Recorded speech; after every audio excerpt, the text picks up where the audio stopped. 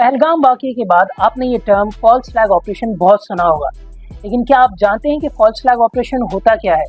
False flag operation तब होता है जब एक मुल्क अपने आप पर अटैक करवाता है और उसका इल्ज़ाम किसी दूसरे मुल्क पर डालता है ताकि जंग का बहाना बन सके।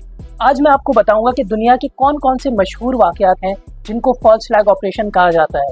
ग्लीविट्स इंसिडेंट 1939, जर्मनी के सोल्जर्स ने अपने ही रेडियो स्टेशन पर पोलिश यूनिफॉर्म पहनकर हमला किया और फिर बाद में कहा कि पोलैंड ने हमारे साथ वॉर शुरू की है। इसी चीज को बहाना बनाकर हिटलर ने वर्ल्ड वॉर 2 शुरू की। मकदेन इंसिडेंट 1931, जापान ने अपने ही रेलवे स्टेशन पर पहले धमाके करवाए और फिर बाद में उसका इल्जाम चाइना पर डाल दिया और इस वाक़ये को बहाना बनाकर मैनचूरिया पर कब्जा कर लिया, जो नॉर्थ ईस्टर्न चाइना में वाक़ था।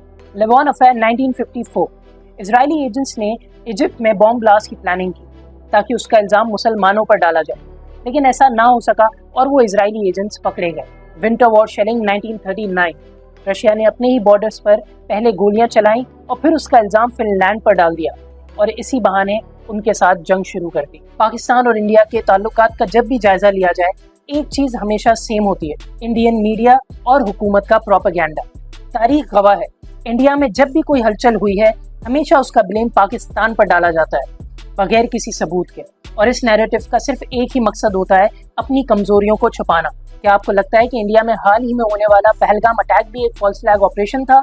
हमें नीचे कमेंट्स में बताएं। और हाँ, ऐसी ही मजीद इन्फॉर्मेशन के लिए रफ्तार को फॉलो जरूर कीजिएगा।